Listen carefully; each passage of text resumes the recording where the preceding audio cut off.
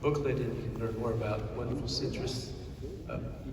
He oversees the management of 54,000 acres of fresh fruit production in California, South Texas, and Mexico. Etienne's been very engaged in different committees that deal with pest and disease issues in California. He's been a member of the Citrus Research Board for several years past, and Etienne will discuss from his perspective what he sees as the way forward, here and now and the way forward. Thank you. Thank you, Mr. Chair. I'm going to, for the sake of time, read my notes so I can stay on tune. So thank you very much for the invite to the organizing committee. I was recently invited to Australia to provide perspectives at the biosecurity conference on the HLB situation and the California program. It allowed me to sort of tune my thoughts a little bit and sharpen my thinking. So I'm going to provide a few perspectives, and I apologize in advance if some of them are going to be a little bit outside of the norm. I'm going to first go to Texas because I've been asked to give some perspectives there. HLB was first detected in 2012. The entire citrus industry there is now under ECP and HLB quarantine. For about 15 months after the finds, there were residential tree removal. The lack of funding, as well as the enormity of the task, many small holdings there with many trees in the backyards, just put paid to good intentions. In the commercial scene, tree removal was conducted until approximately 2015. In many cases, we removed minimally infected trees. This soon made growers, including Wonderful as the largest entity there, realize that we will go out of business by continuing on this path. And keep in mind, there's also a lot of abandoned groves. Psyllid levels are generally lower than recorded in Florida to date.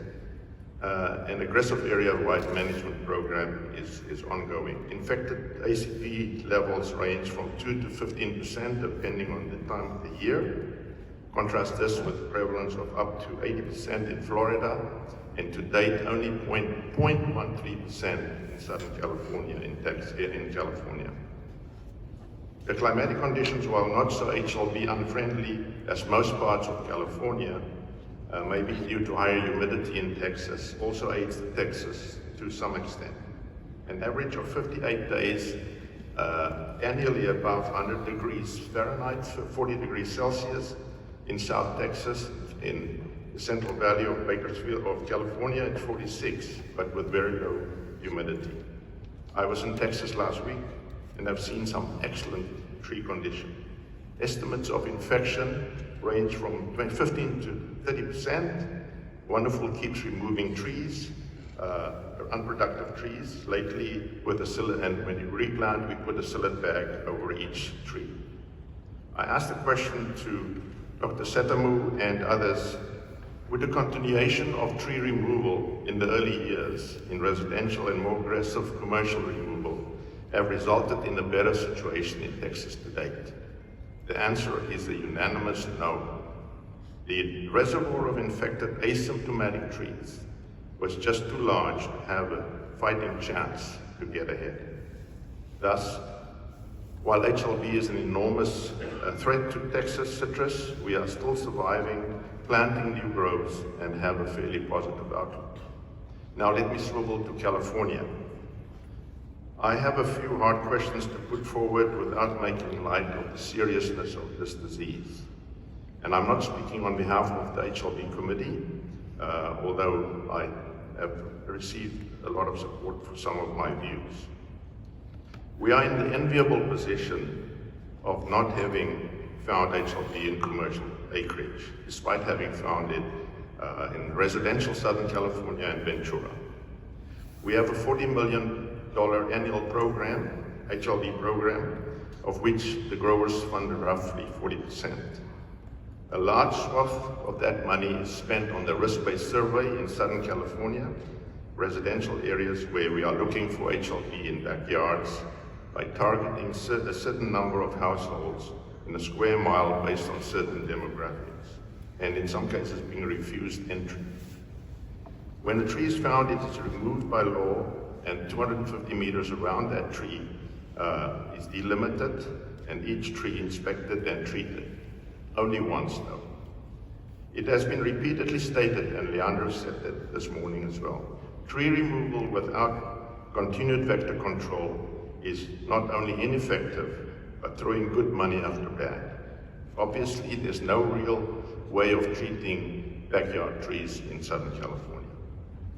To provide some further perspective, 62% of households in Southern California has a backyard citrus tree, and on average there's 2.5 trees in the backyard. This translates into a whopping approximately 6 million trees, 40,000 acres, 18,000 hectares in backyards. Our program has removed to date 7,600 trees over the last 12 years. Models from Dr. Wiki Liu suggest that there's probably about 100,000 infected trees in backyards, mostly in LA and Orange counties. Using the analogy of an iceberg, where only about 10% of the iceberg is above water, that represents the symptomatic trees that we see. However, there's an asymptomatic, infectious HLB reservoir of 90%. It cannot be found unless extensively surveyed. The long latency period of HLB is our biggest enemy, making the residential program in Southern California likely indefensible, an indefensible money pit. Residential Southern California is probably a battle that we cannot win. I see us acting in a way in California where we embark on some ineffective ways forward and some feel-good actions in some cases. I'm not saying this to sound cavalier. I would like to challenge you as a scientific community here to have a real debate on some of the topics that have been raised here. Others include the spray and move program we have, truck tarping of loads, extent of the area-wide sprays, the 5-mile radius around an HLB find, etc. We are often blowing very valuable chemical bullets unnecessarily. We have not found HLB in commercial groves, likely there not found. The punitive impact of finding an HLB tree in a commercial grove has the effect of our grower community not assisting in the fight. And they're not submitting samples. The Central Valley has sporadic incursions of ACP on a limited basis, and it seems as though the climate is our ally, with, as I said, 46 on average days above 100 degrees. The coastal regions and Southern California are obviously more at risk. So, have we been effective in spending 30 to 40 million a year over the last 10 years? Maybe, maybe not. I don't think the answer is clear. Maybe we are just lucky. We likely underestimate the effect of the climate as our ally. So we need to seriously revisit some of these assumptions and debate.